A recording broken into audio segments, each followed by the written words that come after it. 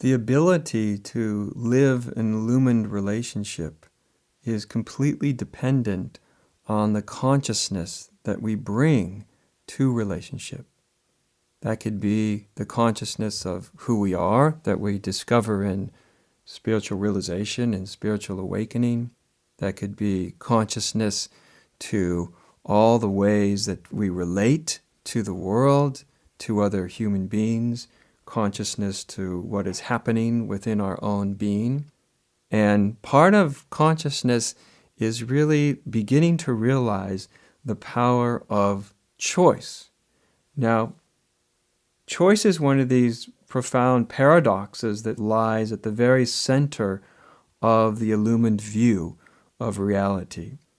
From part of that view, we see that from the egoic state, one of the things that's frustrating about the egoic state is that we don't have the kind of choice that we think we do. We think we have choice, we think we're deciding everything, but for the most part, the ego structure, when you break it down into all of its little components, each part of the ego structure is basically a piece of living, dynamic conditioning. And in a certain sense, an ego is a whole conglomeration of conditioning. And that conditioning functions, for the most part, on automatic.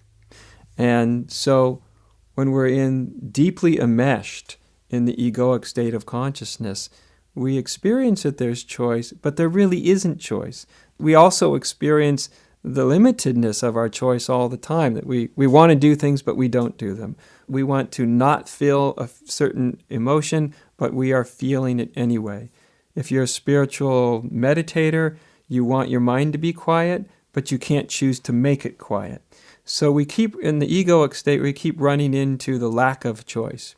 But as we become more conscious, as we begin to awaken, we start to come into a dimension of experience, a dimension of reality where there is choice.